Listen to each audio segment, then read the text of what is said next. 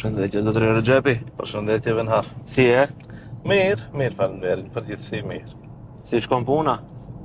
Duket shumë mirë, nga këndi juaj duhet na tregoni si e shihni ju. Po, unë për atë të kam marrë, thjesht se kanë dalë informacionet e para se do jeni një ndër kandidatët e BDI-s për fakt, një ndër kandidatët në garë i propozuar prej BDI-s, po dhe marrim vesh brenda emisionit, ajo që kam më intereson mu është ta di kush është Bajram Rexhepi. Po, jemi sinqert, Bashkimi Demokratik për Integrim akoma nuk ka vendosur për kandidatët.